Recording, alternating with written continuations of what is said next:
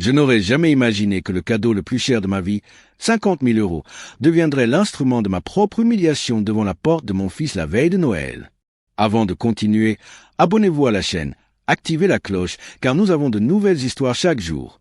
Aimez et dites-nous dans les commentaires, depuis quelle ville vous nous regardez. Je m'appelle Esteban Moral Vega, j'ai 65 ans, et ce que je vais vous raconter a changé à jamais ma perception de la famille et de mon sang. C'était en décembre 2023, et comme chaque année depuis que mes enfants Adrian et Isabelle sont devenus indépendants, j'attendais les fêtes de Noël avec impatience. C'était toujours mon moment préféré de l'année, celui où toute la famille se réunissait autour d'une table pleine de nourriture et de rire. Le 20 décembre, j'ai reçu un message de ma fille Isabelle qui m'a rempli d'émotion. « Papa, cette année, le dîner de Noël aura lieu chez Adrian et Natalia. Rendez-vous à 21 h, Pablo a très hâte de te voir. » Mon petit-fils de 12 ans, Pablo, était mon point faible. Depuis sa naissance, il était le centre de mon univers et chaque rencontre avec lui me redonnait la force de continuer après la mort de ma femme, Carmen, 3 ans plus tôt. Ce qui a retenu mon attention, même si je n'y ai pas vraiment prêté attention sur le moment, c'est que l'invitation venait d'Isabelle et non d'Adrian. Mon fils aîné, 38 ans, s'était éloigné de moi depuis son mariage avec Natalia Romero, 5 ans plus tôt.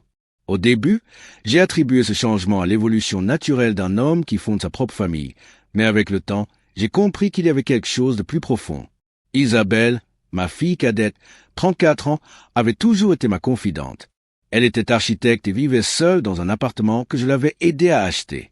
Contrairement à son frère, elle entretenait une relation étroite avec moi et me rendait régulièrement visite. À plusieurs reprises, elle avait fait des remarques sur l'attitude de Natalia à mon égard, mais je préférais y voir une simple jalousie de belle-fille. Ce sera merveilleux de retrouver toute la famille, me suis-je dit en lisant le message pour la 3e fois. Je n'avais pas vu Adrian depuis près de 2 mois. Notre dernière rencontre avait été tendue, ponctuée de monosyllabes de sa part et de regards méprisants de Natalia. Mais c'était Noël, le temps du pardon et de l'unité familiale. Ce soir-là, allongé dans mon lit conjugal, qui depuis la mort de Carmen me semblait immense et vide, j'ai commencé à réfléchir au cadeau que j'allais lui apporter. Ce n'était un secret pour personne que j'avais réussi en affaires. Pendant 40 ans, j'ai bâti une entreprise de construction qui m'a permis d'offrir à mes enfants la meilleure éducation et un avenir sûr. Adrian lui avait offert l'appartement où il vivait avec sa famille, avait financé ses études d'ingénieur à l'université polytechnique et lui avait offert un poste de direction dans mon entreprise jusqu'à ce qu'il décide de prendre son indépendance. Je voulais que ce cadeau soit spécial, qu'il témoigne de mon amour inconditionnel pour lui et de mon désir ardent de reconstruire notre relation qui se dégradait. Après y avoir réfléchi pendant des heures blanches, j'ai eu l'idée parfaite, une carte cadeau de 50 $, 00, pour que lui, Natalia et Pablo puissent choisir le voyage de leur rêve. Ils pourraient aller n'importe où dans le monde, séjourner dans les meilleurs hôtels et vivre une expérience familiale inoubliable. L'idée m'a tellement enthousiasmé que je n'ai pas dormi du reste de la nuit. J'imaginais la surprise sur le visage d'Adrian à l'ouverture de l'élégante boîte, le câlin qu'il me ferait après des mois de froideur, peut-être même quelques larmes d'émotion qui feraient fondre la glace qui s'était formée entre nous. Natalia devrait admettre que je n'étais pas l'ogre autoritaire qu'elle s'était peint, et Pablo sauterait de joie en pensant à toutes les aventures qu'il pourrait vivre avec ses parents. Les jours suivants ont filé à toute vitesse, tandis que j'organisais méticuleusement chaque détail.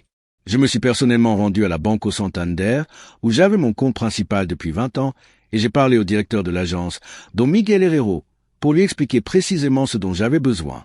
Don Esteban m'avait dit avec un sourire compréhensif, « C'est un cadeau extraordinaire. Son fils appréciera beaucoup ce geste. » J'avais préparé la carte cadeau avec tous les détails nécessaires. Je l'avais même fait présenter dans une élégante boîte, dorée avec un intérieur en velours noir. Chaque détail devait être parfait pour cette réconciliation tant désirée par mon père. J'avais aussi acheté les fleurs préférées de Natalia, des lys scala blancs que j'avais vus chez elle lors de ma dernière visite, des mois plus tôt, espérant que ce geste l'attendrisse. Le 23 décembre, j'ai appelé Isabelle pour confirmer les détails. « Es-tu sûr qu'Adrian est d'accord pour que je vienne demain ?» ai-je demandé, un peu anxieux.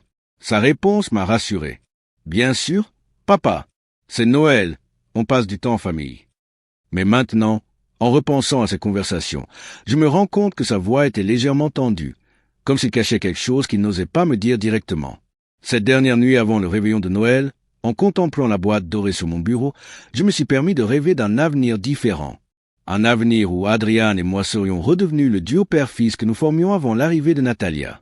Un avenir où Pablo grandirait en connaissant vraiment son grand-père, où il pourrait lui transmettre tout ce qu'il avait appris en 65 ans. Quelle naïveté j'avais de croire que l'amour pouvait vaincre la manipulation et la cupidité. Le 22 décembre s'est levé sous un ciel gris plombé, annonçant une de ces journées d'hiver typiques à Madrid.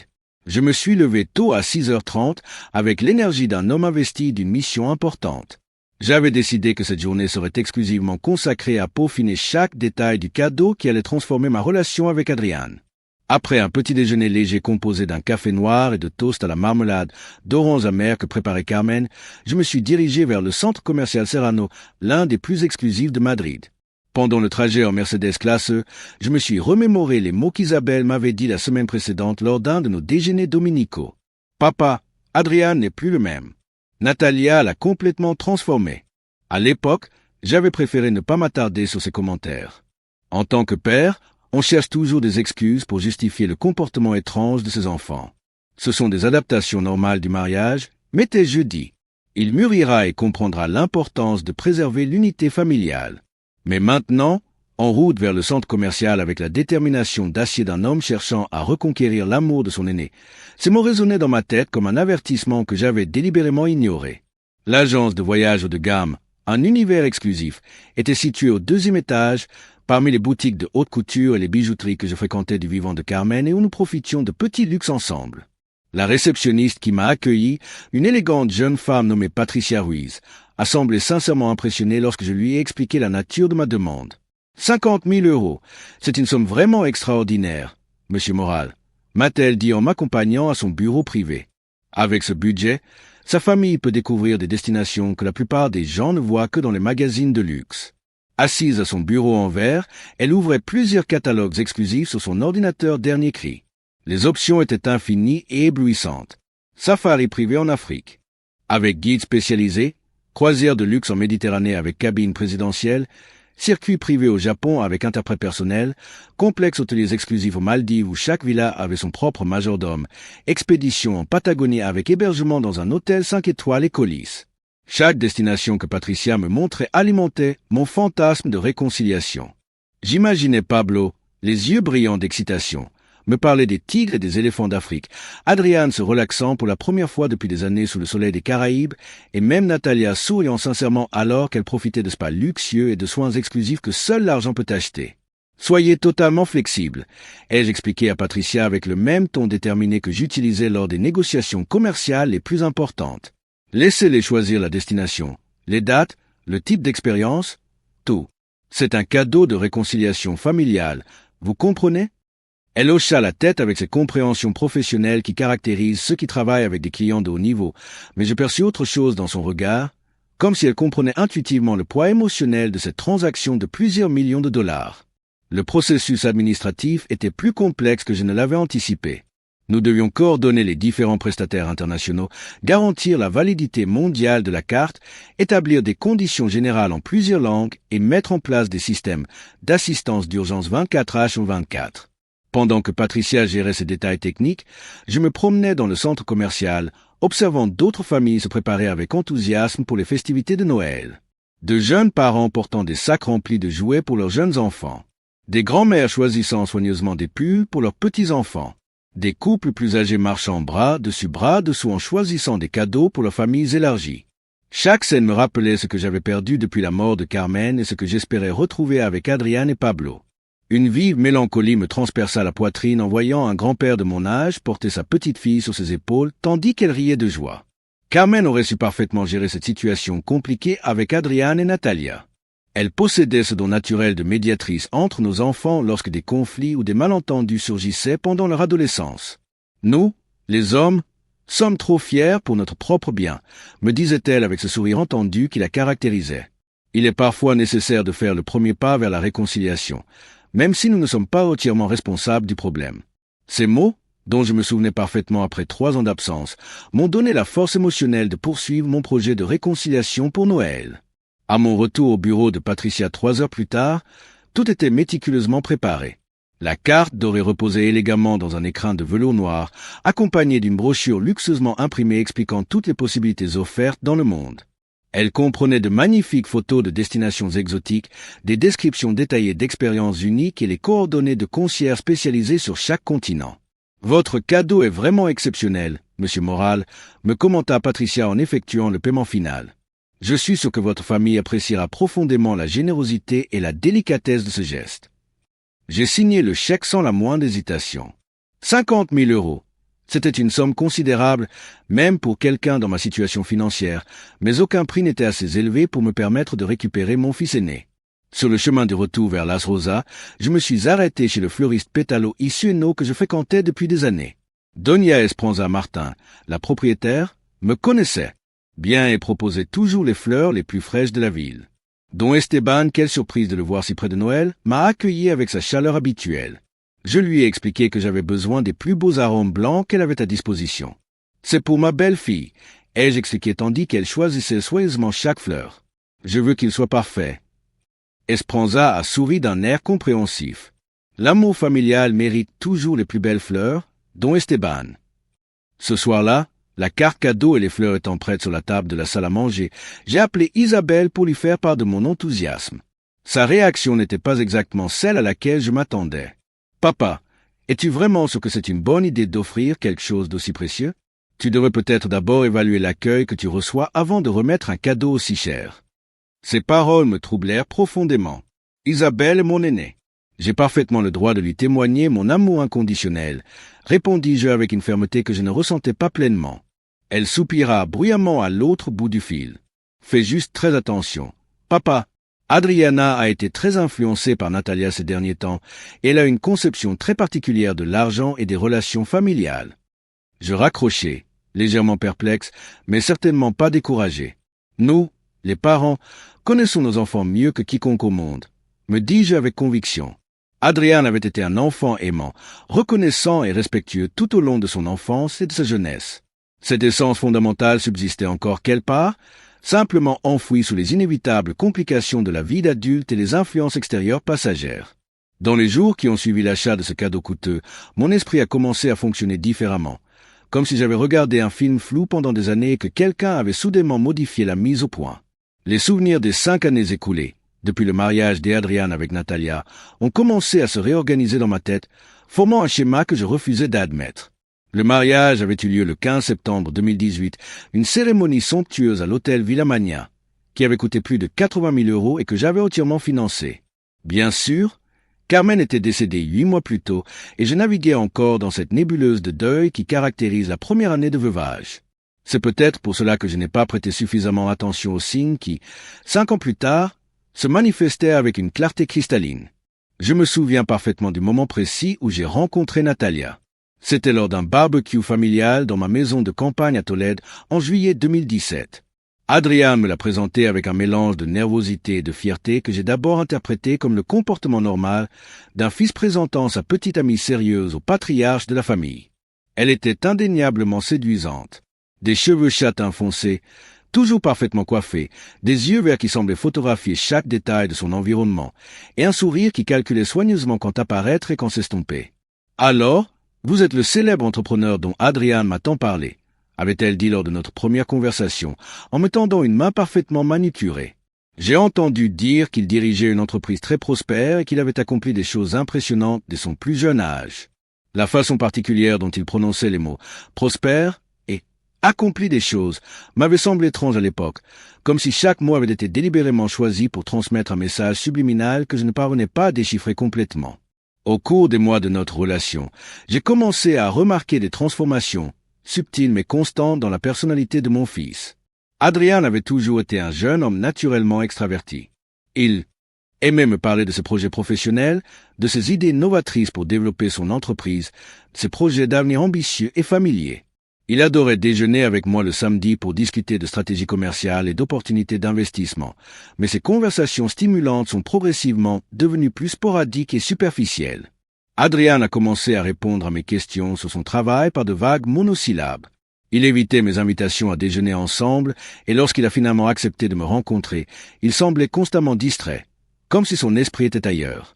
Le premier incident vraiment marquant s'est produit en décembre 2017, 3 mois seulement avant le mariage. J'avais invité Adrian et Natalia à dîner chez moi pour discuter des derniers préparatifs de la cérémonie, surtout pour les informer de ma décision concernant le cadeau de mariage que je réfléchissais depuis des semaines. J'avais décidé de leur offrir l'appartement du quartier de Salamanca en guise de dot. Je le leur ai annoncé au dessert, observant attentivement leur réaction. C'était une propriété spectaculaire de 200 mètres carrés dans l'un des quartiers les plus exclusifs de Madrid, estimée à un prix raisonnable. La transformation immédiate du visage de Natalia fut absolument révélatrice. Ses yeux s'illuminèrent d'une telle ardeur que cela me déstabilisa physiquement, comme si j'avais vu un prédateur identifier sa proie idéale. Mais ce qui m'alarma véritablement, ce furent ces mots suivants. « Quelle générosité extraordinaire, don Esteban.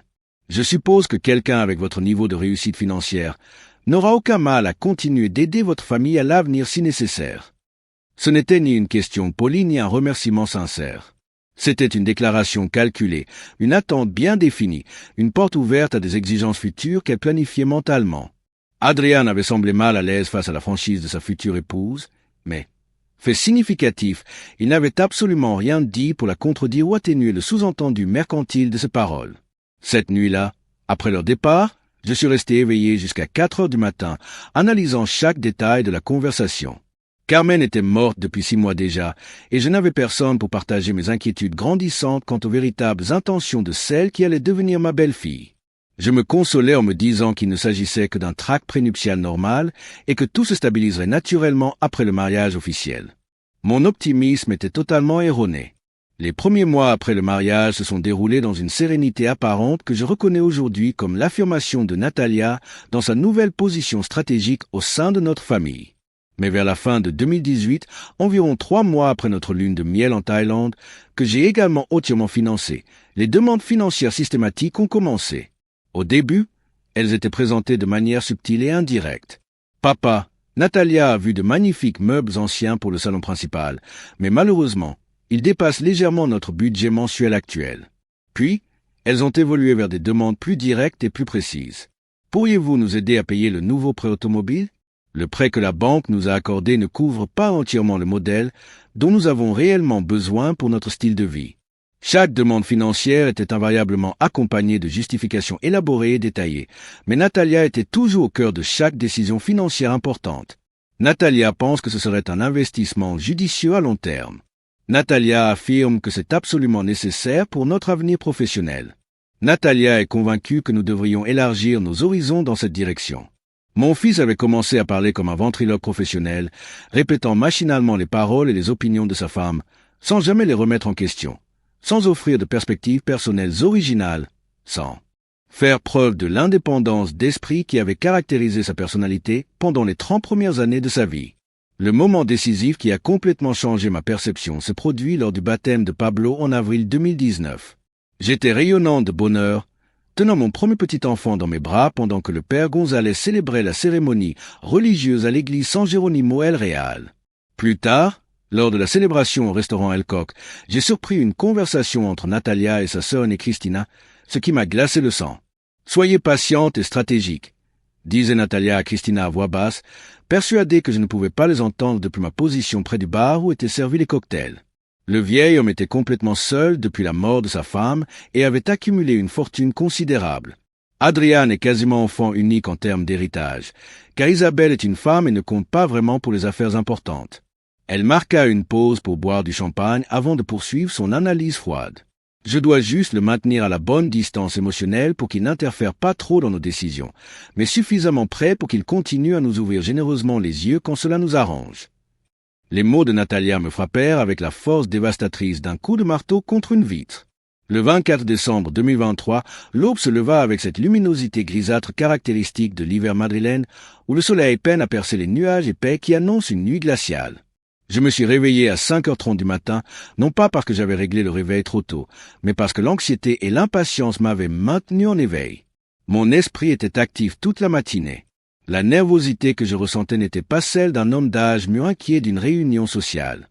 C'était la nervosité calculée et précise d'un homme d'affaires chevronné sur le point d'exécuter la stratégie la plus importante de sa carrière professionnelle, sauf que dans ce cas, l'entreprise était ma propre famille et que le contrat que j'espérais conclure était la réconciliation définitive avec mon fils aîné. J'ai préparé un petit déjeuner plus élaboré que d'habitude, brouillé au jambon ibérique, toast complet aux tomates râpées, café colombien fraîchement moulu et jus d'orange maison. J'avais besoin de nourrir mon corps et ma détermination pour ce que j'attendais. Ce serait l'une des nuits les plus marquantes de mes 65 ans de vie. Alors que je prenais mon petit déjeuner dans la salle à manger que Carmen avait si amoureusement décorée, mon regard s'est posé à plusieurs reprises sur l'élégante boîte dorée posée sur le buffet, à côté du bouquet de cala blanc enveloppé dans du papier de soie argenté. 50 000 € contenus sur une carte dorée qui tenait parfaitement dans la poche intérieure de mon manteau. Le pouvoir de transformer des vies entières réduit à un petit rectangle de plastique haut de gamme. J'ai décidé de m'habiller avec le même soin méticuleux que j'avais apporté aux réunions d'affaires les plus cruciales de ma carrière. J'ai choisi mon costume bleu marine Hermenegildo Segna, celui-là même que j'avais porté lors de la signature du contrat le plus important de mon entreprise de construction, associé à une chemise blanche en coton égyptien et à la cravate en soie italienne que Carmen m'avait offerte pour nos 3 ans de mariage. Chaque vêtement avait une signification symbolique. Je voulais me présenter à Adrian non pas comme un père suppliant ou désespéré, mais comme le patriarche respectable que j'avais été toute ma vie, l'homme qui avait bâti un empire à partir de rien et qui méritait la reconnaissance et l'affection de sa progéniture. Dans l'après-midi, alors que le soleil hivernal commençait sa descente précoce vers l'horizon, j'ai reçu 3 appels téléphoniques que, rétrospectivement, j'aurais dû interpréter comme des signes avant-coureurs. Le premier appel provenait de ma voisine, Madame Remedio Castellano, qui me souhaitait un joyeux réveillon de Noël et me demandait si j'aurais besoin de compagnie pour le dîner. Don Esteban, vous savez que les portes de ma maison sont toujours ouvertes si vous préférez ne pas être seul ce soir. Le deuxième appel provenait de mon comptable, Jorge Mondizabal, qui me contactait de Bilbao, où il passait les fêtes avec sa famille élargie. Don Esteban voulait simplement lui souhaiter un joyeux Noël entouré de ses proches. L'ironie implicite du mot « cher » ne m'échappa pas, même si, sur le moment, je ne lui accordais pas l'importance qu'il méritait. Le troisième appel, le plus significatif, fut celui d'Isabelle vers 18 heures. Sa voix était étrangement tendue, comme si elle était aux prises avec un conflit intérieur qu'elle n'osait pas exprimer pleinement. « Papa, es-tu toujours déterminé à aller chez Adrian ce soir ?» La façon dont elle formula sa question, non pas pour confirmer, mais pour confirmer ma résolution, aurait dû m'alarmer immédiatement. Bien sûr, ma fille, c'est la veille de Noël, le moment idéal pour panser les blessures familiales et entamer un nouveau chapitre de notre relation. J'ai répondu avec une confiance que je ne ressentais pas pleinement. Il y eut un long silence avant qu'Isabelle ne réponde, un silence chargé de sens, que mon optimisme délibéré m'empêchait d'interpréter correctement. « D'accord, papa, mais s'il te plaît, sois réaliste quant au déroulement de la soirée. Adrian a été très compliqué ces derniers temps. Son choix du mot « compliqué » au lieu de termes plus précis m'a déstabilisé, mais j'ai consciemment refusé d'approfondir ses implications. À 20 heures, 1 heure avant le rendez-vous, j'étais prête. Je me suis regardé une dernière fois dans le miroir en pied du hall principal. À 65 ans, je conservais encore une présence physique imposante, des cheveux argentés parfaitement lissés en arrière, une posture droite qui reflétait des décennies d'autorité en affaires et des yeux bleus qui conservaient l'intensité et la détermination qui avaient intimidé mes concurrents pendant 4 décennies. Ce soir, tout change pour le mieux, me dis-je à voix haute, comme si des mots prononcés avec conviction avaient le pouvoir magique de matérialiser mes désirs les plus profonds. C'était une technique d'autoconvaincation que j'avais utilisée avant des négociations commerciales particulièrement difficiles et qui avait toujours parfaitement fonctionné. Le trajet depuis chez moi à Las Rosas, le quartier huppé de Salamanque, où Adrian vivait dans l'appartement que je lui avais offert, dura exactement 26 minutes. Je connaissais le trajet par cœur, même si je ne l'avais pas emprunté depuis près de moi en raison de la distance émotionnelle croissante qui caractérisait ma relation avec mon fils aîné. Pendant le trajet, la radio diffusait des chants de Noël traditionnels espagnols qui me remplissaient habituellement d'une chaleureuse nostalgie et de beaux souvenirs de famille. Mais ce soir-là, les mélodies de Noël ne faisaient qu'intensifier ma nervosité et mon désir désespéré que tout se déroule comme prévu. En garant ma Mercedes devant l'immeuble de luxe où résidait Adrian, j'ai scruté les fenêtres illuminées de son appartement au 5e étage. Les chaudes lumières dorées filtrant à travers les rideaux entr'ouverts créaient une scène de bonheur domestique qui m'emplissait d'une excitation presque enfantine. Je distinguais des silhouettes évoluant joyeusement derrière les rideaux, des silhouettes que j'interprétais comme celles d'Adrian servant des verres de vin aux invités. Natalia coordonnant les derniers détails du dîner, Pablo courant avec excitation dans le salon, impatient des cadeaux de Noël. L'image de mon petit-fils attendant avec impatience l'arrivée de son grand-père m'emplissait d'une chaleur émotionnelle que je n'avais pas ressentie depuis la mort de Carmen. Je pris délicatement le coffret doré contenant la carte cadeau de 50 000 € et le bouquet de cala blanc. Je verrouillai la voiture avec la serrure automatique et me dirigeai d'un pas décidé, mais respectueux, vers l'entrée principale de l'immeuble. Le vent nocturne commençait à s'intensifier, apportant avec lui le froid mordant qui allait caractériser la température des prochaines heures. Je composai le code d'accès qu'Isabelle m'avait fourni et pris l'ascenseur, le cœur battant la chamade. Chaque étage qui passait augmentait exponentiellement mon impatience émotionnelle. Au deuxième étage, un couple âgé, chargé de cadeaux de Noël, entra dans l'ascenseur. Leurs sourires chaleureux me laissèrent espérer l'accueil qui m'attendait à l'étage. « Joyeux Noël, monsieur », me dit le vieil homme avec une cordialité sincère. « Vous portez de magnifiques fleurs. » Son commentaire me fit sourire fièrement, confirmant que j'avais bien choisi chaque détail de ma présentation. Arrivé au 5e étage, l'ascenseur s'ouvrit, révélant un couloir élégamment illuminé de guirlandes de Noël dorées. De la porte de l'appartement 5B s'échappaient des conversations animées, des rires cristallins et une douce musique de Noël. L'ambiance sonore confirmait que la fête avait déjà commencé et que mon arrivée serait le complément parfait pour parachever les retrouvailles familiales. J'ai parcouru les derniers mètres jusqu'à la porte de mon fils avec la confiance renouvelée d'un patriarche qui s'apprête à reprendre sa juste place au cœur de sa famille. Je m'arrêtai devant la porte de l'appartement 5B, respirant profondément pour calmer la nervosité accumulée toute la journée. À travers la porte en bois massif, j'entendais distinctement les voix familières, se fondant dans une symphonie de célébration de Noël qui m'émut aux larmes. Je reconnus immédiatement le rire musical de Pablo, qui avait hérité de la même cadence joyeuse qui caractérisait Adrian enfant. J'ajustai ma cravate une dernière fois. Je vérifiai que la boîte dorée était parfaitement positionnée sous mon bras gauche et touchai la cloche avec l'attente radieuse d'un homme qui s'apprête à retrouver sa famille pour la nuit la plus sacrée de l'année chrétienne. Le son de la cloche résonna clairement de l'autre côté de la porte, immédiatement suivi d'un silence soudain qui me parut étrange, mais qui expliquait la surprise naturelle de mon arrivée. J'attendis patiemment quelques secondes, souriant d'avance, tenant à la main les cadeaux qui allaient tout changer entre nous. Finalement, j'entendis des pas s'approcher de l'intérieur, le bruit métallique familial de plusieurs serrures s'ouvrant une à une, et la porte s'ouvrit à peine assez pour révéler mon fils aîné. Mais quelque chose se tramait, terriblement terrible.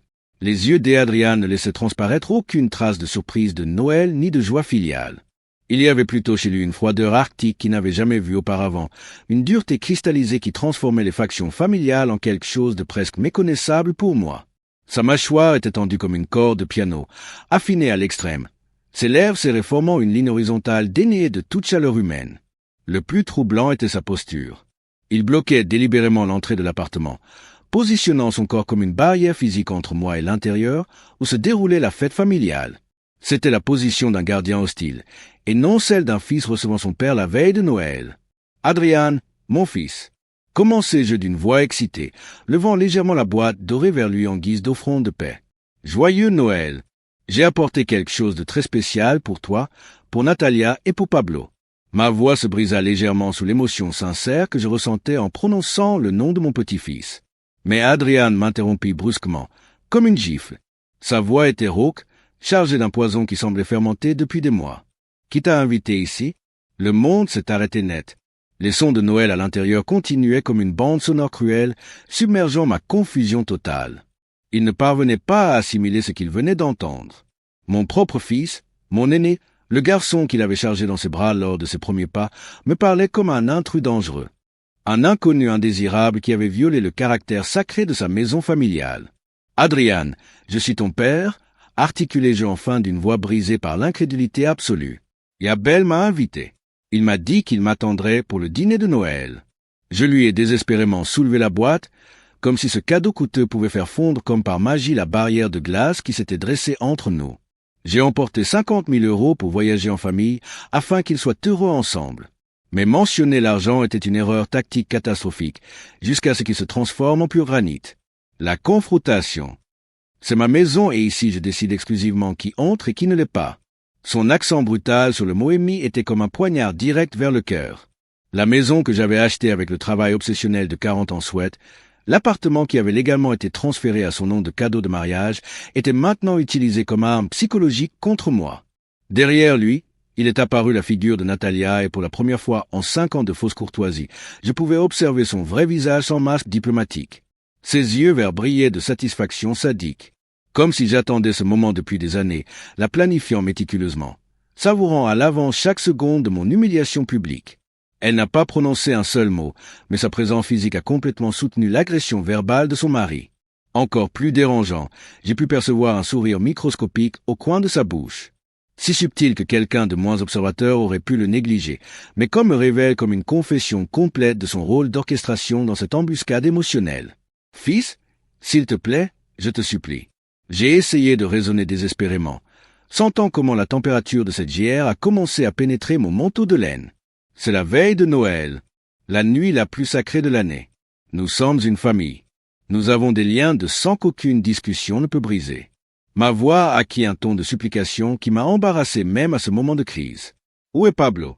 Certes, mon petit-fils veut voir son grand-père en cette nuit spéciale. La mention spécifique de Paul était le catalyseur qu'Adrian avait besoin d'exploser complètement. Son visage rougit de fureur. Les veines de son cou gonflent visiblement et sa voix se leva suffisamment pour que n'importe quel voisin de la salle entende chaque mot chargé de haine. Paul n'a pas besoin de voir personne qui n'est pas vraiment la bienvenue dans cette maison. Et vous, pathétique vieux, vous n'êtes certainement pas les bienvenus ici. Le vieux mot, prononcé avec tant de mépris viscéral pour mon propre fils, m'a percé comme une lance médiévale. C'était exactement le même mot qu'il avait entendu des lèvres de Natalia lors du baptême de Paul, quand il croyait qu'il ne pouvait pas l'entendre conspirer avec sa sœur. Maintenant, il a complètement compris l'extension de son succès manipulateur. J'avais réussi à transformer le jeune homme affectueux qui avait élevé dans cet étranger plein de haine que mon âge a utilisé comme insulte. « Adrian, écoute-moi, s'il vous plaît » suppliait pathétiquement, ressentant comment les larmes menaçaient de germer. « Je ne sais pas quels mensonges ils vous ont parlé de moi, mais je suis votre père biologique. Je vous ai aimé inconditionnellement tout au long de votre existence. Tout ce que j'ai fait depuis 40 ans est de penser à votre puits et à votre bonheur futur. Je tenais à nouveau la boîte vers lui avec des mains tremblantes. Ce cadeau est de 50 000 € pour découvrir le monde ensemble, pour construire de beaux souvenirs de famille. » Mais la mention répétée de l'argent avait l'effet complètement opposé à celui qui avait désespérément prévu. Natalia s'approcha davantage de la porte et a finalement brisé son silence stratégique, parlant avec une voix gelée comme le vent de nuit qui m'a coupé le visage. « Nous ne voulons pas votre argent sale, don Esteban. Vous avez déjà causé suffisamment de dégâts émotionnels avec votre chantage affectif constant. » Chantage émotionnel. Moni, dirent-ils, les accusations m'ont frappé comme des marteaux systématiques. L'argent qu'il avait gagné honnêtement, travaillant 14 heures par jour depuis l'âge de 18 ans, construisant une entreprise d'absolu zéro, sacrifiant des vacances en famille et des week-ends étendus pour leur fournir la meilleure vie possible. Il a maintenant été classé comme sale et chantant par les mêmes personnes qui ont profité de leurs avantages pendant des décennies. Restez à l'extérieur là où vous appartenez vraiment. Adrian a continué avec une cruauté qu'il n'aurait jamais imaginée en lui. Le son métallique, l'humidité de ma respiration, hachée et tachée par les premières larmes qui ont commencé à tomber sans pouvoir les contrôler. Méticuleusement sélectionné pour Natalia a flétri visiblement sous le froid de cisaillement qui a été divulgué à travers les fenêtres du couloir. De l'intérieur de l'appartement, la célébration de Noël s'est poursuivie avec une normalité obscène.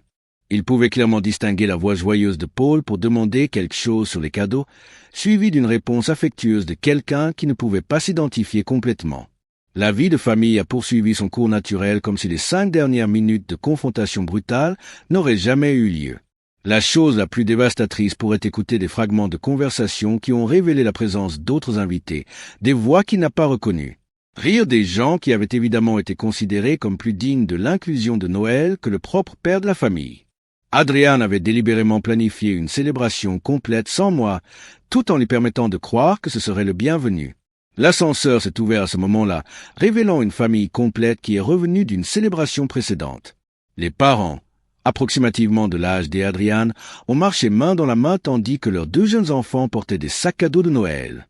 Quand je me voyais encore immobile devant la porte avec des cadeaux dans mes mains et mes larmes coulant sur mon visage, l'expression de la mère a été immédiatement transformée en authentique préoccupation. « Tu vas bien, monsieur ?» il m'a demandé délicatement, s'arrêtant à côté de moi. Leurs enfants m'ont regardé avec cette curiosité innocente caractéristique des enfants qui présentent quelque chose qu'ils ne comprennent pas complètement. Je n'ai pas pu répondre de manière cohérente. Ma gorge s'était fermée pour l'émotion et tout mot qui a essayé de prononcer serait devenu un gémissement inintelligible. J'ai simplement hoché la tête avec ma tête et j'ai commencé à marcher vers l'ascenseur, chaque pas résonnant dans la salle silencieuse, comme l'écho d'une vie qui s'est effondrée. Papa, pourquoi est-il triste le Seigneur la veille de Noël? J'ai entendu dire que la plus jeune fille avait demandé à son père pendant que les portes de l'ascenseur fermaient. La question innocente était comme un poignard supplémentaire à travers ma poitrine déjà brisée. Même une fille inconnue pouvait instantanément percevoir la tragédie qu'il venait de vivre. Pendant la descente sans fin au rez-de-chaussée, mon reflet sur les murs métalliques de l'ascenseur a rendu l'image d'un homme complètement détruit. Le costume élégant qui avait soigneusement sélectionné, parfaitement peigné les cheveux en argent, la cravate en soie qui représentait des décennies de succès commercial. Tout ce qui semblait maintenant un costume de dignité pathétique qui avait été brutalement déchiré par mon propre fils. Lorsque vous quittez le bâtiment, le vent de nuit m'a frappé avec une intensité renouvelée qui m'a fait trembler aux os. Les 7 degrés ressemblaient à des lames microscopiques coupant chaque centimètre de peau exposée, mais le froid physique était absolument insignifiant par rapport à la température polaire que mon âme avait envahie. J'ai marché lentement vers ma Mercedes. Chaque étape nécessitant un effort conscient, car mes jambes semblaient avoir perdu la capacité de soutenir mon poids corporel. Avant d'atteindre le véhicule, une contrainte masochiste m'a forcé à m'arrêter sous le lampadaire le plus proche et à le lever aux fenêtres éclairées de l'appartement que j'avais acheté pour mon fils. Les rideaux étaient complètement ouverts, me offrant une vue de film de la célébration de la famille qui a été développée sans moi. Je pouvais clairement voir les silhouettes de plusieurs personnes se déplacer joyeusement dans le hall principal. J'ai reconnu la figure indubitable d'Isabelle, servant des verres à vin aux invités, celui d'un homme corpulent qui ne savait pas comment élever son verre dans ce qui semblait être un toast de Noël. Et à un moment particulièrement déchirant, j'ai distingué la petite silhouette de Pablo qui coule avec enthousiasme dans le hall principal. Mon petit-fils était debout là, à seulement 5 étages, célébrant Noël entouré d'étrangers considérés comme plus précieux que son propre grand-père. Pablo m'avait probablement demandé pendant le dîner et avait sûrement reçu des explications fabriquées sur les raisons pour lesquelles Grand Faté n'avait pas été en mesure d'assister aux retrouvailles familiales les plus importantes de l'année. L'injustice écrasante de la situation m'a submergé d'une force qui menaçait littéralement de se plier en deux. Pendant 65 ans, il vivait selon des principes moraux solides. Travailler honnêtement, aime inconditionnellement la famille, prévoit généreusement le bien-être de mes descendants, maintiennent la dignité personnelle, même dans des circonstances défavorables. Toutes ces valeurs fondamentales avaient été systématiquement piétinées par les 2 personnes qui auraient dû faire confiance au monde, à mon fils et à sa femme manipulatrice. Plusieurs pastes sont passés avec moi pendant ces minutes de contemplation masochiste.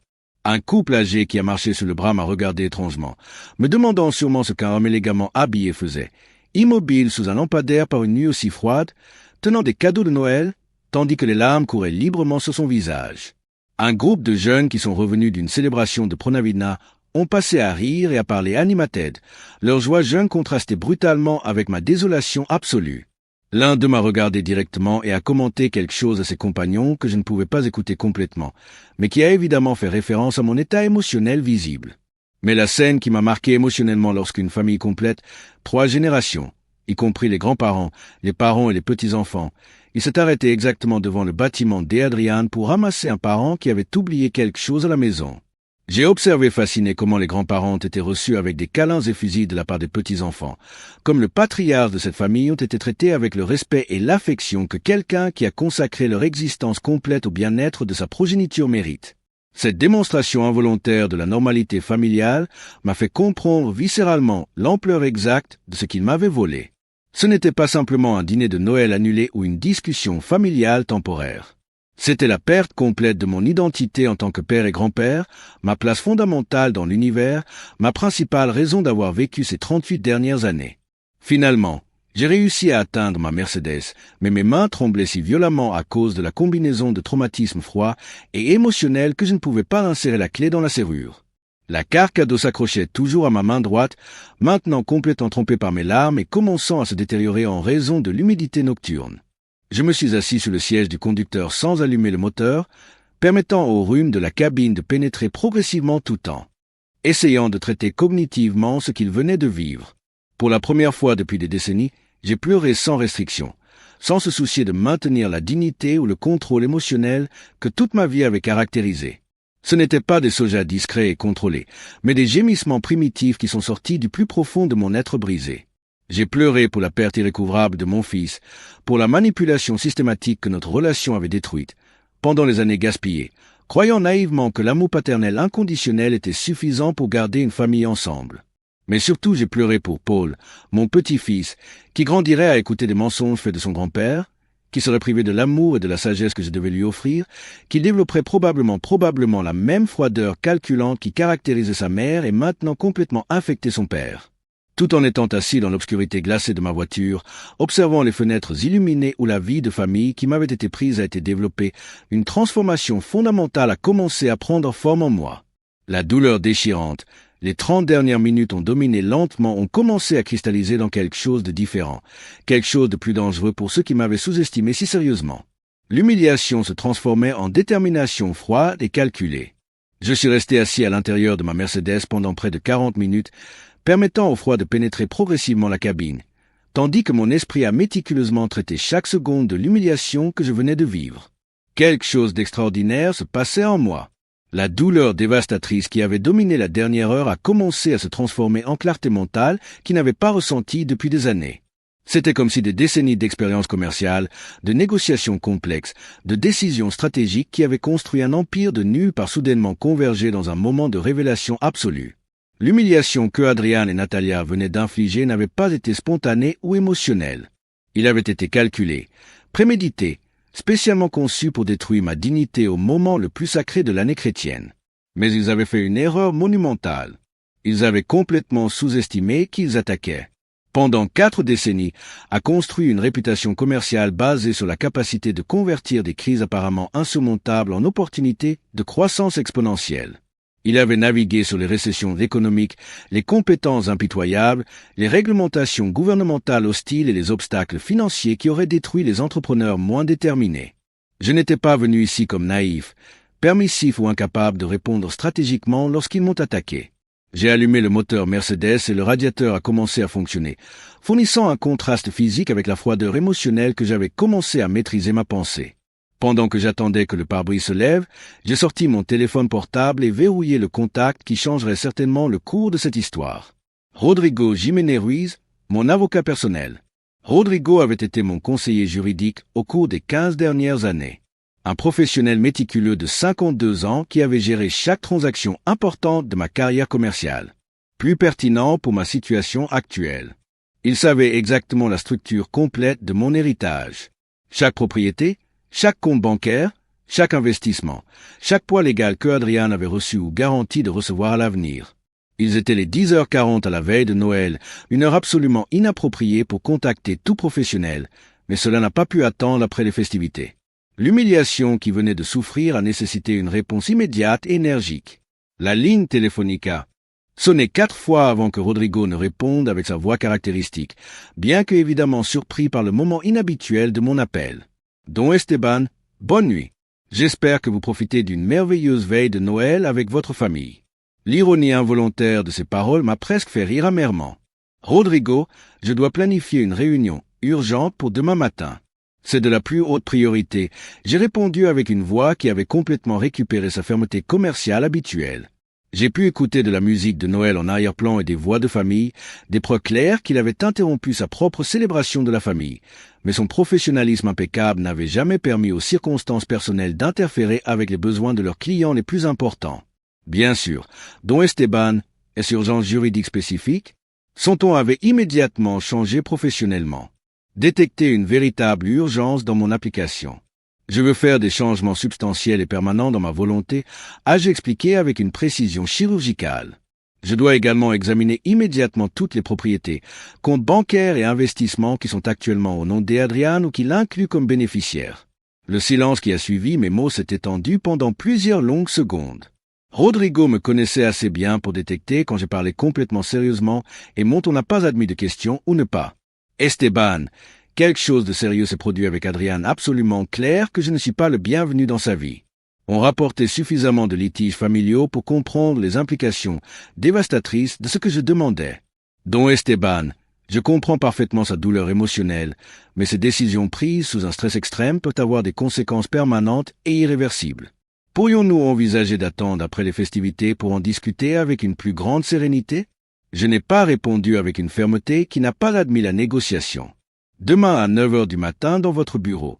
J'ai besoin de vous pour apporter tous les documents liés aux propriétés de Adrian, l'appartement du quartier de Salamanque, les comptes conjoints, les polices d'assurance où elle apparaît comme bénéficiaire, les actions commerciales que j'ai transférées, absolument tout.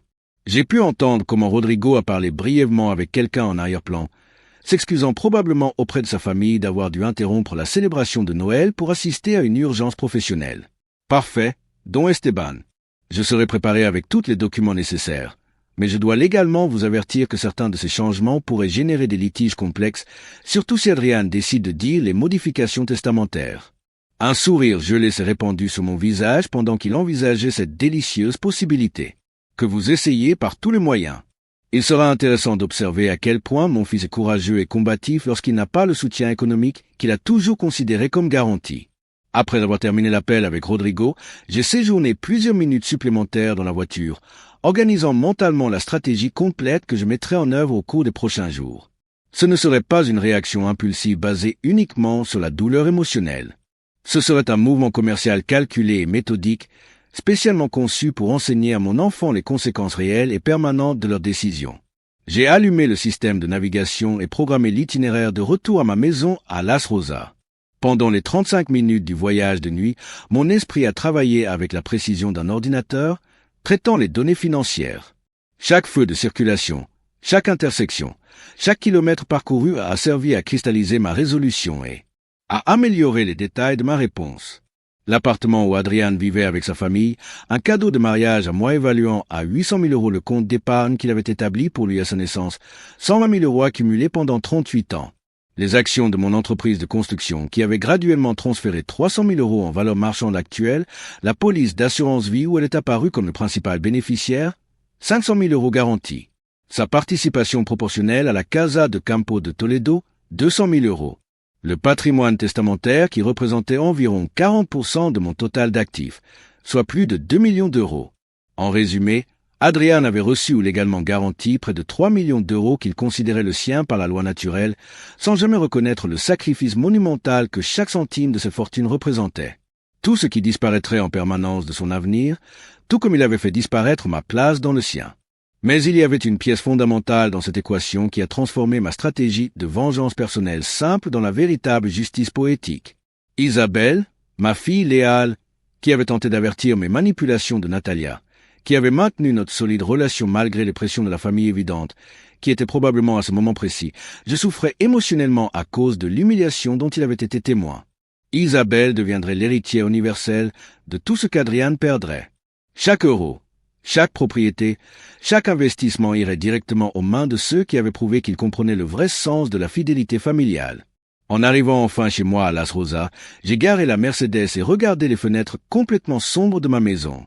Le contraste avec la chaleur familiale qu'il espérait trouver chez Adrian était dévastateur, mais aussi extrêmement libérateur. Pour la première fois en 5 ans, je n'aurais pas à prétendre que les choses s'amélioraient progressivement avec mon fils. Il n'aurait pas à tolérer les insultes déguisées en conversations civilisées. Il n'aurait pas à supporter le mépris à peine déguisé de Natalia. Ce serait certainement le dernier Noël qui se produirait en tant que victime de ces manipulations calculées. Demain, ma contre-attaque commencerait. Le 25 décembre, il est apparu avec un soleil d'hiver brillant qui a traversé les stores de ma chambre, créant des motifs de lumière géométrique sur les murs que Carmen avait décorés avec tant de soin. Je me suis réveillé à 6 ans le matin, non pas à cause du son de l'alarme, mais parce que mon esprit travaillait toute la nuit comme traitement des stratégies commerciales complexes de traitement de machines. Il n'avait pas connu un seul moment de doute ou de regret pendant les quelques heures de sommeil. Au contraire, chaque heure qui passait de l'humiliation de la nuit précédente n'a fait que renforcer ma détermination à exécuter les conséquences qu'Adrian avait choisies pour lui-même avec son comportement méprisable. Je me suis levé avec une énergie physique que je n'avais pas ressentie depuis des mois, la même énergie qui caractérise mes matins pendant les années les plus productives de ma carrière en affaires. C'était l'énergie d'un homme qui avait enfin j'ai trouvé un objectif clair après des années de confusion émotionnelle et d'espoirs infructueux. J'ai préparé un petit déjeuner complet et nutritif. Poadé sur des toasts intégraux, le café colombien nouvellement moulu, le jus de pamplemousse naturel et le yaourt grec avec du miel d'eucalyptus. J'avais besoin que mon corps soit dans des conditions optimales pour les décisions transcendantales qu'elle prendrait pendant les heures suivantes. En prenant le petit déjeuner dans la salle à manger principale, j'ai méticuleusement vérifié tous les documents juridiques que j'ai gardés dans mon coffre-fort personnel ces dernières années. Acte de propriété, contrat de don, police d'assurance, certificat d'action, état du compte bancaire. Chaque rôle représentait une partie de l'héritage que j'avais construit en pensant bien à l'avenir de mes enfants. J'ai organisé toute la documentation chronologiquement, préparant des dossiers séparés pour chaque type d'actif qui devrait modifier ou révoquer. La méticulité que mes opérations commerciales les plus réussies avaient caractérisée s'appliquerait désormais à démonter systématiquement les attentes économiques de ceux qui m'avaient trahi si brutalement. À 8 heures du matin, j'étais déjà complètement vêtu de mon meilleur costume d'affaires, la même équipe que j'avais utilisée pour signer le contrat de construction le plus lucratif de ma carrière il y a 5 ans. Si j'allais modifier l'avenir financier de mon premier-né fondamentalement et permanent, je le ferais avec la même formalité professionnelle qui avait caractérisé toutes les décisions commerciales importantes de ma vie. Le bureau juridique de Rodrigo Jiménez était situé dans le Picasso Tor, l'un des bâtiments d'entreprise les plus prestigieux de Madrid au 21e étage, avec une vue panoramique sur toute la ville. Bien que ce soit un jour férié officiel, j'avais scrupuleusement réalisé son engagement professionnel et j'attendais que j'avais entouré de fichiers, de codes juridiques et de documents que j'avais collectés en travaillant tôt le matin. Don Esteban, bonjour, m'a accueilli avec sa formalité caractéristique pendant que nous nous installions à sa table de conférence en verre. J'ai préparé une analyse exhaustive de tous les actifs financiers directement ou indirectement liés à Adrian. Je dois avouer que les chiffres totaux sont plus substantiels qu'il ne se souvient. Il a étendu une série de dossiers parfaitement organisés sur la table avec des étiquettes colorées. Su efficiencia era professional impressionant, en particulier considérant e abbia sacrifiado su proprio dianavideno para attendere mi solicitive urgente. La summa totale de propriedad, quanta, inversione attendativa hertaria assisted en 2847,000 €. Continue Rodrigo con la précision d'un contador salibin. S'inclure la valoración de su participación en la empresa fluctuación del mercado inmobiliario. Los números presentados de manera tan clínica eran más impactantes que mi calculo aproximado de la noche anterior, quasi 3 millions d'euros que mi hijo había llegado a considerar suyo por derecho naturel. 5 d'accord jamais la magnitude del esfuerzo y sacrificio que represente los 5 céntimos de esa fortuna accumulada. Comenzaremos por el apartamento del barrio de Salamanca. Déclaré con la misma voz autoritaria que había usado durante négociations empresariales, en particulier des affiances. Un Thomas nota de tralada mientras yo dictaba systématiquement mi instrucción. Según el Código Civil Español, artículo 648, la ingratitud notoria del donatario hacia el donante constitue causa suficiente para anular legalmente cualquier transferencia patrimonial previa. El apartamento sera transferido directeur des conditions de Sina Isabel. Continué implacablet. Ella ha demostrado ser la única de mi hijo que comprende el verdadero significado del respeto familiate y la gratitud hacia quien le proporcionó las oportunidades de vida que disfruta. Respecto a las cuentas bancarias donde Adrián figura como titular conjunto, prosli consultando mi minuta proparda. Quiero que se congelan inmediatamente todos los fondos disponibles y se establezca a Isabel como nueva titular exclusiva. Los 120 000 € que mi hijo consideranta el automáticamente tal, suyo pasarán terminé en su hermana. Rodrigo continuaba escribiendo meticulosamente cada instrucción, mientras me explicaba los procedimientos legales necesarios para ejecutar cada modificación. Algunas de esta transferencia patrimonial requerirán proceso judicial que podían extenderse entre 3 y 6 meses, me informó profesionalmente. Sin embargo, otra acción pueden implementar de manera más inmediata mais gradualmente a Adrián, durante los últimos 10 años pueden revertir medis una modificación simple del registro. Mercanti, me explicó consultando su código legal. Pero el apartamento residencial recrea un proceso formel de revocation que incline notification judiciale obligatoria al réel bienfaisance. Esta información me produjo una satisfacción deliciosa. Quería específicamente que mi hijo recibirá esa notificación oficial del sistema judicial español.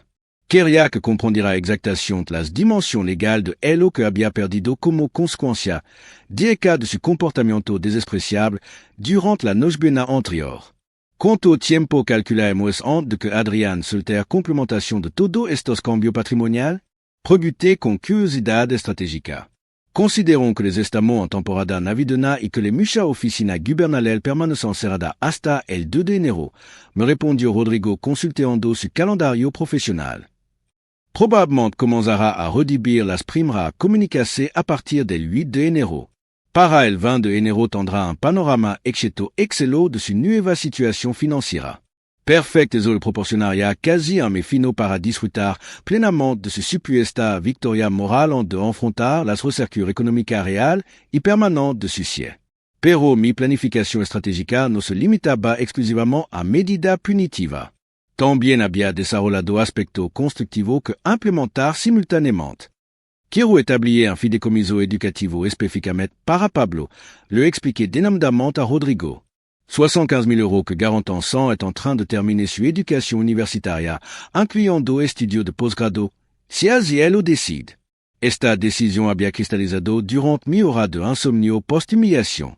Pablo permanecía inocente en este conflicto familiar devastador, víctima involuntaria de la manipulación psicológica ejercida por su progenitor. Pero también quería asegurarme estratégicamente de que cuando alcanzara la mayoría de edad jurídica tuviera un incentivo financiero tangible para reconectar con su abuelo si eventualmente comprendía la verdad sobre lo ocurrido. Sin embargo, a nadie con precisión legal, estos fondos educativos solo podrán ser accedidos cuando Pablo cumpla 18 años y Inicinet si mantiene contacto directo y voluntario conmigo durante al menos 6 meses prévus a cada desembolso anual. Finalmente conclu después de 4 horas intensivas de planificación juridique. Quiero modificar radical y permanentemente mi testamento principal. Isabelle se convierte en heredera universal del 90% de mi patrimonio total. El 10% restant sera destinado a organización benéfica española que seleccionaré personalmente durante los próximos meses. Rodrigo había estado redactando constante durante nuestra sesión maratónica, pero al escuchar esta instrucción final, levantó su vista del papel con expresión gentilmente tombe. Don Esteban, esto significa que Adrián quedaría eternamente excluido de cualquier herencia futura. Es una decisión de implicación enorme y permanente. Es exactamente lo que pretendo lograr, respondí sin la menor vacilación o duda.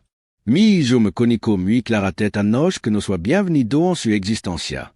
Correspondo a esa cortesía, excluyendo lo accompli de la mía, incluso después de mi eventuel fallecimiento. El proceso completo de documentación, verificación y firma se prolongó, durante 6 horas continua. Cada modificación requería formulario múltiple. Cada transferencia necesitaba respaldo leal específico.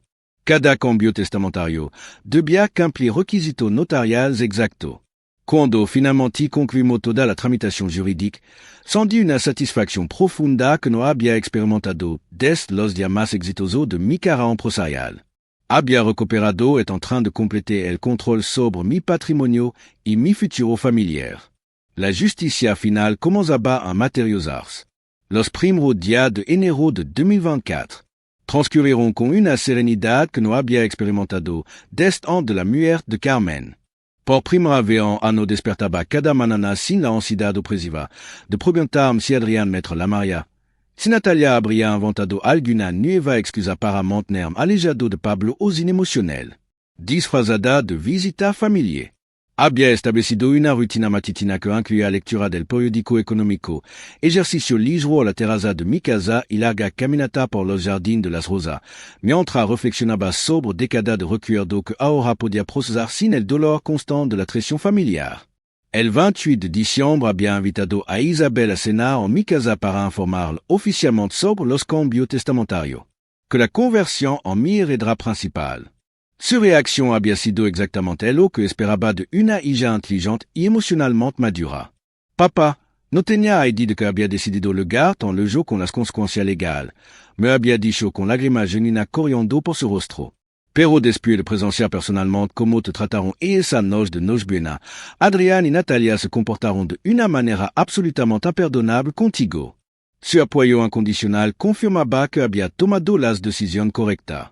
Isabelle comprendía intuitivamente que esto trascendía una simple disputa familiar temporal. Era una cuestión fundamental de dignidad humana y respeto hacia quien había sacrificado décadas para proporcionar bienestar a su descendencia. El 3 de enero recibí la primera llamada de actualización de Rodrigo informándome que el sistema judicial español había comenzado a procesar las notificaciones oficiales. El procedimiento administrativo está funcionando según lo programado. Don Esteban Adrián debería comenzar a recibir la documentación legal a partir del 8 de enero. Esa información me produjo una anticipación casi científica. Durant 40 anno abbia desarrollado mi reputazione empresariale ejecutando estrategia meticulosamente planificada, dont cada variable abbia sido calculada previamente. Esta situación familiar no representaba una excepción a esa metodologia probada. Cada documento oficial que Adrián recibirá sería equivalente a una pieza de ajedrez, moviendo sistemáticamente hacia un jackmate inévitable. La diferencia crucial era que, a diferencia de mi competidor comercial histórico, mi hijo no poseía la experiencia estratégica necesaria para anticipar o contraatacar efectivamente mi movimiento legal. El 8 de enero, mientras revisaba algunos contratos de construcción en mi estudio privado, sonó mi teléfono móvil mostrando el nombre que había estado esperando durante semana. Adrián Moral. Permití deliberadamente que sonara 8 veces completa antes de responder, no por sadismo gratuito, sino por estrategia psicológica calculada. Quería que mi hijo comprendiera visceralmente que no podía contar con mi disponibilidad emocional inmediata, como había hecho durante los 38 años previos de su existencia. Sí, respondí con la misma neutralidad profesional que utilizaba para contestar llamada de cliente comercial desconocido.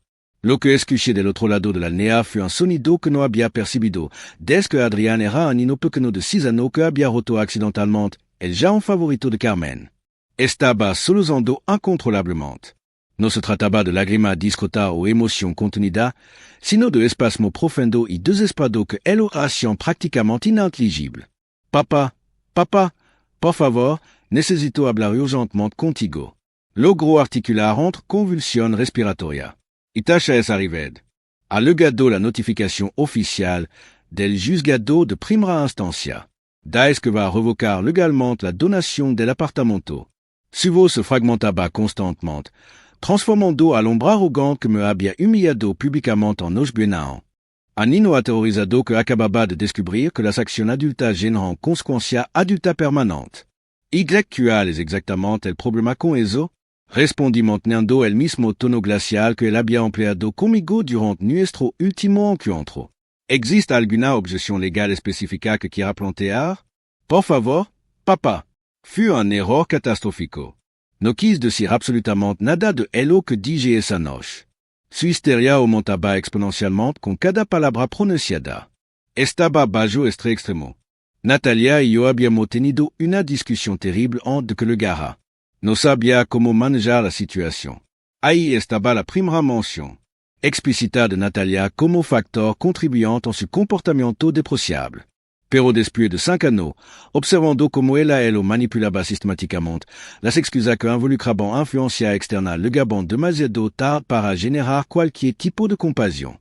Adrián lo interrumpí empleando la misma voz autoritaria que había perfeccionado durante negociación comercial particularmente complicada. Me comunicaste muy claramente durante la noche buena que no sois bienvenido en tu vida familiar. Estoy simplemente implementando las consecuencias lógicas de esa decisión tuya. No. Eso no refleja lo que real siento por ti. Su desesperación había alcanzado un nivel de pánico genuino. Mi padre biológico. Te amo profundamente. Siempre te he amado desde que era pequeño. Fue un momento temporal de locura mental. Las palabras que había anhelado escuchar durante años finalmente emergieron de su labio, pero le gabon en circunstancias demasiado sospechosas y con motivación demasiado transparente. Era evidente que su amor paternal había despertado únicamente cuando la amenaza a su seguridad económica se había materializado oficialmente. Si real me amara como afirma, respondí implacablemente. No me habría tratado como a un mendigo indeseado durante la noche más significativa del calendario cristiano. Si me amara genuinamente, no habría permitido que tu esposa me insultara sistemáticamente durante 5 años consecutivos. El silencio que siguió a mi palabra se extendió durante casi 40 segundos completos. Podía escuchar su respiración entrecortada, alguno suayoso sofocado, y lo que parecía ser conversación de fondo, probablemente Natalia interrogándolo sobre el contenido de nuestra conversación. Finalmente, su voz regresó en más quebrada y desesperada. ¿C'est quoi? ¿Cómo sabía exactamente lo que Natalia había dicho sobre ti durante todos estos años? Por tango funcional y memoria perfecta. Y yo respondí con una frialdad que me sorprendió incluso a mí mismo. Y por durante 5 años he estado documentando mentalmente cómo esa mujer te ha envenenado gradual, pero sistemáticamente contra tu propio padre. Papá, te juro por la memoria de mamá que puedo cambiar completamente. Podemos reconstruire nuestra relación. Hablaré seriamente con Natalia. Le explicaré que se comportó inaceptablemente contigo. Su desesperación reabao la histeria clínica. Solo necesito una oportunidad final para demostrar que sigo siendo real en tu y yo. Esa súplica me atravesó emocionalmente, no por despertar a compasión, sino por confirmar mi análisis más pesimista sobre la persona en que se había transformado mi primogénito. Estaba dispuesto a traicionar completamente a su esposa y responsabilizarla exclusivamente por su propio comportamiento despreciable, todo con el objetivo transparente de recuperar su estabilidad financiera futura. Ariane, tuviste exactamente 38 años para demostrarme que eras mi hijo.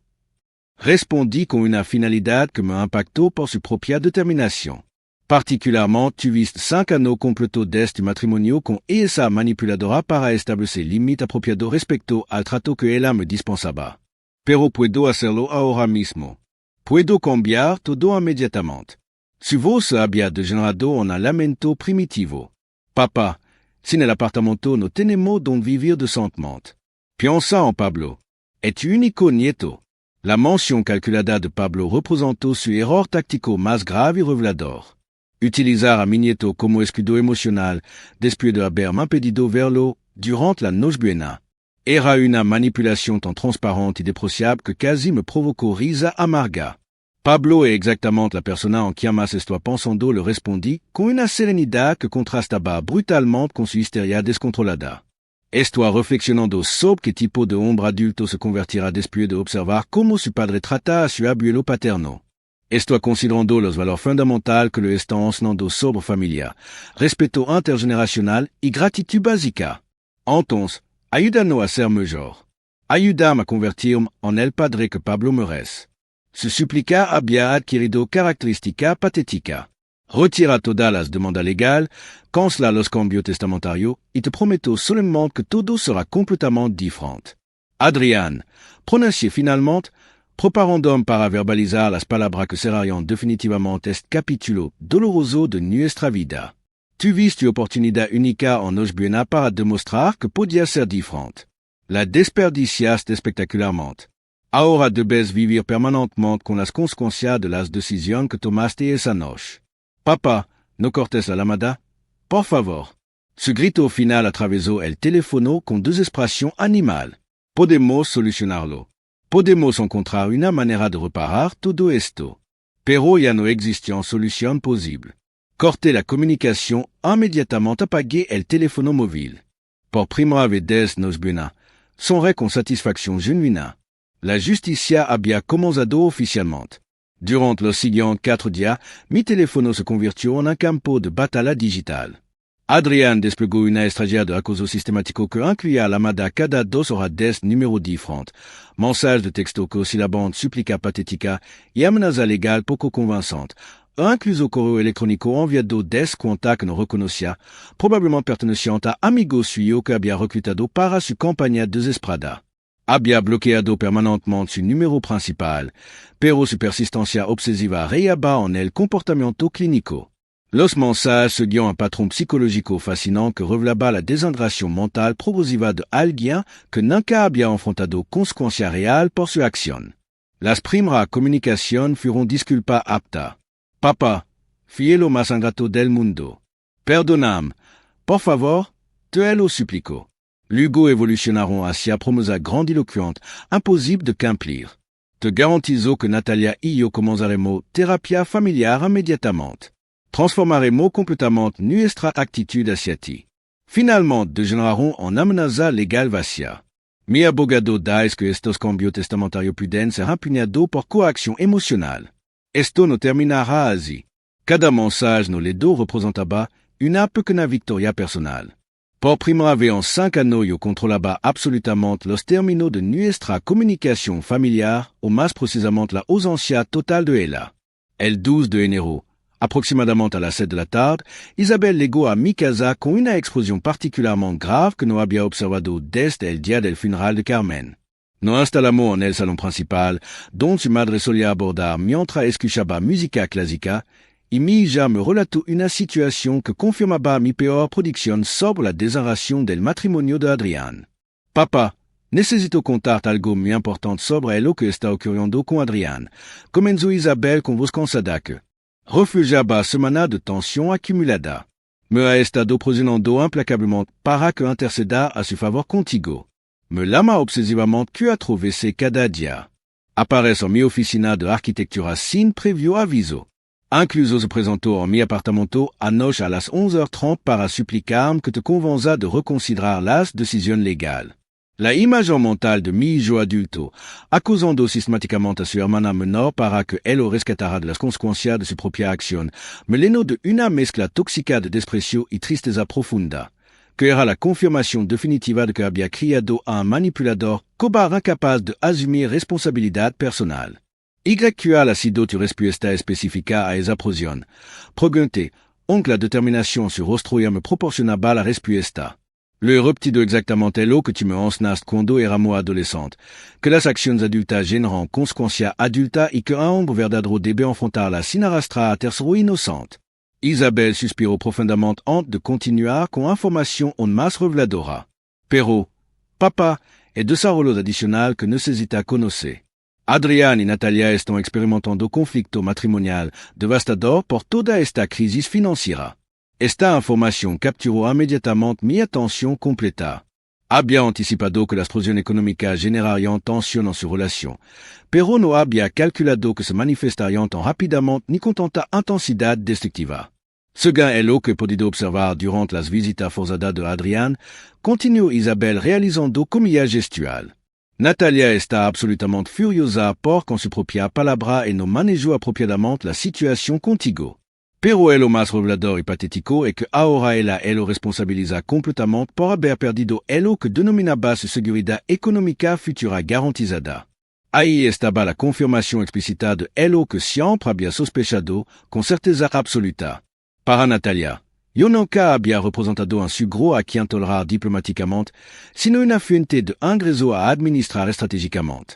Ahora que esa fuente se había cerrado permanente e irreversiblemente, su verdadera naturaleza mercenaria emergía sin disfraz ni pretensión. Isabel, le dije, tomando su mano entre las mías con la solemnidad que reservaba para las decisiones más trascendentales de mi vida. Necesito pedirte algo extraordinariamente difícil, pero absolutamente crucial para mi bienestar emocional futuro. Ella me observó con esa confianza incondicional que había caracterizado nuestra relación padre e hija desde que tenía 5 años. Dime lo que necesito. Papá, sabe que haré cualquier cosa que esté en mi poder. Quiero que suspenda completamente todo tipo de contacto con Adrián. Declaré sin ambigüedad ni matización. No más conversación telefónica, no más visita de ningún tipo, no más función de intermediaria emocional. Quiero que le comunique claramente que mi familia nucléaire ahora consiste exclusivamente en ti. La explosión de Isabel mostró sorpresa genuina, pero no shock traumático. Había estado anticipando esta solicitud desde que presenció directamente la humillación que sufrí durante la nochebuena devastadora. Papá, ¿está completamente seguro de esta decisión? A pesar de todo lo ocurrido, Adrián sigue siendo mi hermano biológico. Precisamente por esa razón la interrumpí con gentileza, pero firmeza inquebrantable. Esta situación trasciende una simple disputa familiar temporal o un malentendido generacional. Lo que Adrián me hizo durante la nochebuena representó una declaración formal de guerra emocional. No puedo permitir que permanezca atrapada en el centro de este conflicto, siendo utilizada como mensajera diplomática o mediadora involuntaria. Isabel reflexionó silenciosamente durante varios minutos, procesando las implicaciones completas de lo que le estaba solicitando. Finalmente, respondió con una madurez que me llenó de orgullo paternal. Comprendo perfectamente tu posición. Papá, también entiendo que Adrián necesita enfrentar las repercusiones de su decisión sin que nadie lo rescate constantemente de las consecuencias naturales. Hizo una pausa significativa antes de verbalizar la preocupación que ambos compartíamos. Pero esta separación definitiva significa que Pablo cruzará sin conocer realmente a su abuelo paterno, sin beneficiar de tu sabiduría y experiencia de vida. Ese comentario me impactó exactamente en el punto más vulnerable de mi arquitectura emocional. Pablo había representado mi debilidad más grande, mi esperanza de continuidad familiar, la luz que había iluminado mi ano más oscuro después de la muerte de Carmen. Pablo descubrira la verdad completa cuando alcance la madurez suficiente. Respondit luchando contra una tristeza que no pudo ocultar completamente. Y si en ese momento decide buscar voluntariamente, toda la puertas estarán abiertas para él. Pero no va a permitir que sea instrumentalizado como herramienta de chantage emocional por su progenitor manipulador. Isabel asintió comprensivamente. Tiene razón absoluta, papa. Adrián ya intentó utilizarme como intermediaria para su propósito y seguramente emplearía la misma estrategia con Pablo si tuviera acceso a él. Exactamente por eso necesito que esta separación sea integral y definitiva, insistí. Quiero que le transmita a Adrián que cualquier intento futuro de contacto conmigo a través de ti resultará automáticamente, aunque también pierda tu lugar en mi vida y en mi testamento. Esta amenaza era puramente estratégica, psicológica. Sabía con certeza absoluta que Isabel jamais me traicionaría, pero quería que Adrián comprendiera visceralmente que no tenía aliado restante en nuestra estructura familiar que pudiera explotar o manipular. Lo haré exactamente como me pide, confirmó Isabel con una determinación heredada que me llenó de satisfacción. Le comunicaré inequívocamente que su comportamiento contigo ha generado consecuencias que trascienden los aspectos puramente financieros. Esa misma tarde, Isabel telefoneó a Adrián desde mi casa para que yo pudiera escuchar directamente la conversación completa. Su mensaje fue directo, devastador e inaplable. Adrián, he decidido cortar definitivamente todo contacto contigo por tiempo indefinido. Lo que lo hiciste a nuestro padre durante la Nochebuena fue moralmente imperdonable y me niego rotundamente a continuar siendo parte de una familia donde se maltrata así a quien nos dio la vida. La reacción de Adrián fue progresivamente histérica y patética. Gritó desesperado, súplica incoherente, promesa vacía de transformación instantánea, incluso amenaza dramática de autolesión que tanto Isabel como yo reconocimos inmediatamente como manipulación emocional desesperada. Si real me está considerando hacer daño físico, respondió Isabel con una frialdad clínica que había heredado directamente de mí.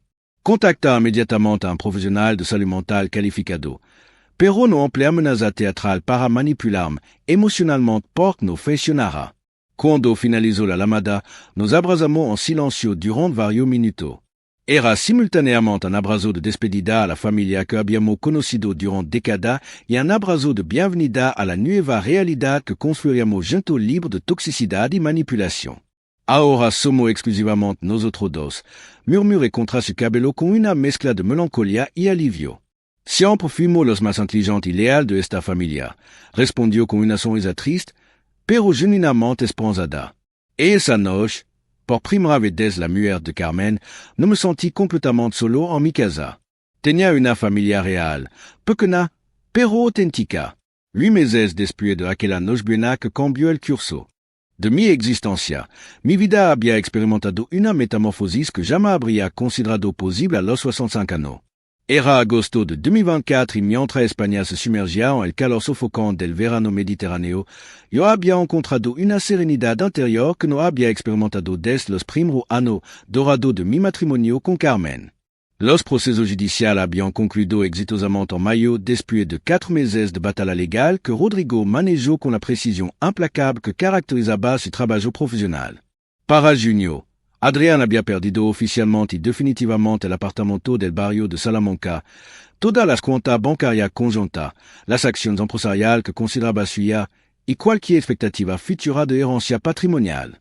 Cada euro que había llegado a considerar suyo por derecho natural había sido transferido legalmente e irreversiblemente a Isabel, que había demostrado comprender el verdadero significado de la lealtad familiar intergeneracional. La resistencia legal que Adrián había intentado montar fut tan predecible como patéticamente inefectiva. Contrató a Fernando Vázquez, un abogado especializado en disputa familiar que tenía reputación de ser particularmente agresivo en caso de revocación de donación y modificación testamentaria controvertida.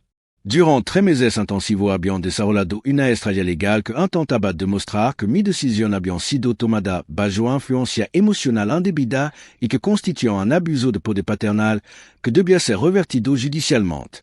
Su argumentación principal sostenía que un hombre de mi edad no poseía la estabilidad mental necesaria para tomar decisiones racionales sobre asuntos patrimonial, concluyó.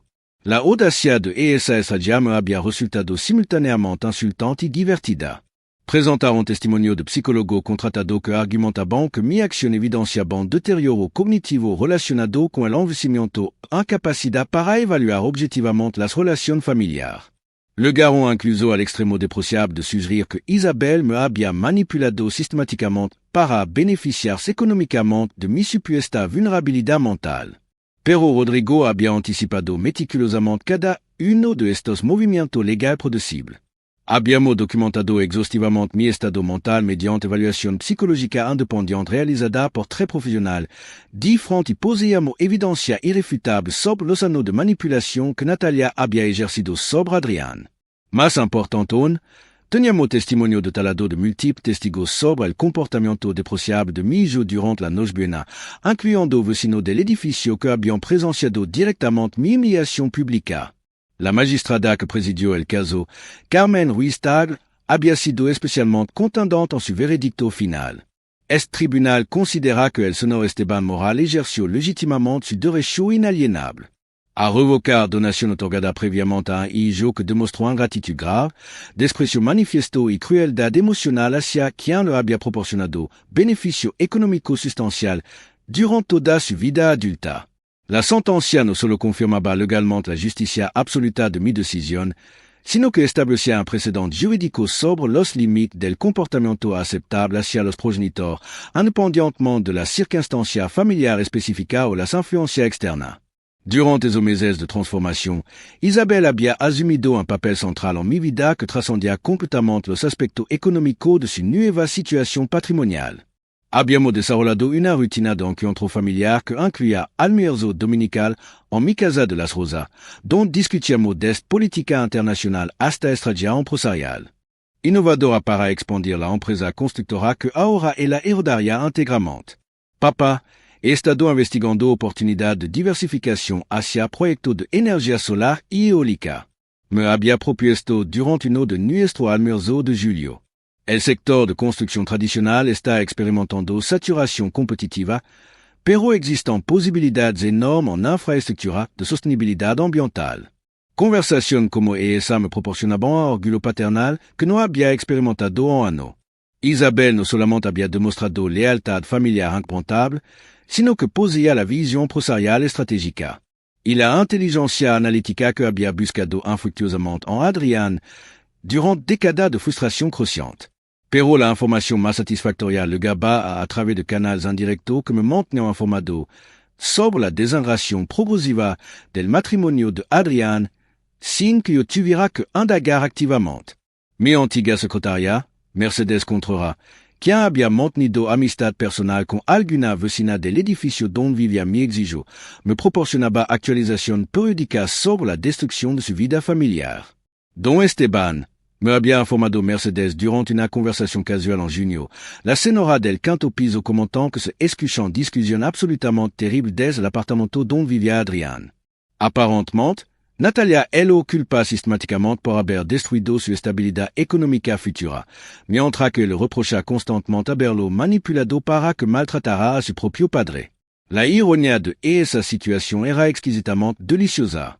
La mujer, que había invertido 5 años ordenando meticulosamente a mi hijo contra mí, ahora él lo torturaba psicológicamente por haber seguido su consejo con demasiado entusiasmo destructivo. El matrimonio que se había construido sobre la base parasitaria de explotar mi generosidad paterna se desmoronaba completamente cuando esa fuente de ingresos se había cerrado permanente e irreversiblemente. En julio, Mercedes me proporcionó la actualización más satisfactoria. Don Esteban pensé que le interesaría saber que Adrián y Natalia han iniciado oficialmente los trámites de divorcio. Las disputas sobre custodia de Pablo y división de bien prácticamente inexistentes son constantes y muy intensas. Esa información me generó sentimiento contradictorio, pero predominantemente positivo. Por un lado, confirmaba que mi acción había producido exactamente las consecuencias que había calculado estratégicamente. Por otro lado, me entristecía considerar que Pablo crecería en medio de esa toxicidad familiar, aunque sabía racionalmente que no estaba en mi poder protegerlo directamente. El 20 de agosto, exactamente 8 meses después de la noche buena que había alterado mi universo, recibí información adicional que completó el círculo perfecto de justicia poética. Mercedes me llamó con noticias que casi me hicieron reír audiblemente. Don Esteban, Adrián ha sido obligado a mudarse del apartamento. Natalia consiguió una orden judicial temporal que le otorga uso exclusivo de la vivienda durante el proceso de divorcio. La imagen mental de mi hijo, siendo expulsado del apartamento que yo le había regalado por la misma mujer que él había manipulado para expulsar de su vida, representaba una simetría tan perfecta que parecía diseñada por un guionista cósmico con sentido del humor justice poético. Tiene información sobre dónde está residiendo actualmente, pregunté más por curiosidad sociológica que por preocupación genuina. Según me han informado las vecinas, está viviendo temporalmente con un compañero de trabajo en un apartamento pequeño del barrio de Valca, respondió Mercedes. Valca, uno de los sectores más modestos y económicos de Madrid, anuló socioeconómico del uso del barrio de Salamanca, donde había vivido exclusivamente gracias a mi generosidad financiera. La queda social era tan dramática como simbólicamente perfecta. Y esa misma tarde, mientras contemplaba el atardecer desde la terraza de mi casa, rodeado de los jardines que Carmen había diseñado con tanto amor, recibí un mensaje de texto desde un número telefónico que no reconocía. Abuelo, soy Pablo. Cuando cumpla 18 no podré visitarte. Papá y mamá siempre discutan sobre ti, pero yo conservo recuerdo hermoso de nuestro tiempo junto. Por primera vez en 8 meses permití que las lágrimas corrieran libremente por mi rostro, pero no fueron lágrimas de tristeza o arrepentimiento, sino de esperanza renovada y validación emocional completa. Mi nieto había encontrado una manera ingeniosa de contactarme sin conocimiento de su progenitor disfuncional y, más importante aún, había demostrado que las mentiras sistemáticas de Natalia no habían logrado borrar completamente los recuerdos afectuosos de nuestro momento compartido. Respondí inmediatamente con el corazón rebosante de emoción genuina. Pablo, las puertas de esta casa permanecerán eternamente abiertas para ti cuando alcances la mayoría de edad. Te amo incondicionalmente, tu abuelo Esteban. Mientras enviaba el mensaje, comprendí que había logrado algo infinitamente más valioso que una simple venganza familiar. Había establecido un nuevo orden basado en respeto mutuo, auténtico, lealtad genuina demostrada y consecuencia real ineludible para las acciones destructivas. La justicia finalmente y de manera absoluta había prevalecido completamente. Mi familia ahora consistía en Isabel, quien había elegido la lealtad sobre la conveniencia, y en Pablo, quien me buscaría cuando tuviera la libertad de hacerlo. Los manipuladores habían perdido todo y los leales habían heredado mi legado completo. Era, sin duda alguna, el final perfecto para esta historia de traición, consecuencia y justicia familiar. Si te gustó esta historia, dale like al video, suscríbete al canal y comparte tu impresión en los comentarios. Para escuchar la próxima historia, haz clic en la caja de la izquierda. Thanks for seeing us. Ouais.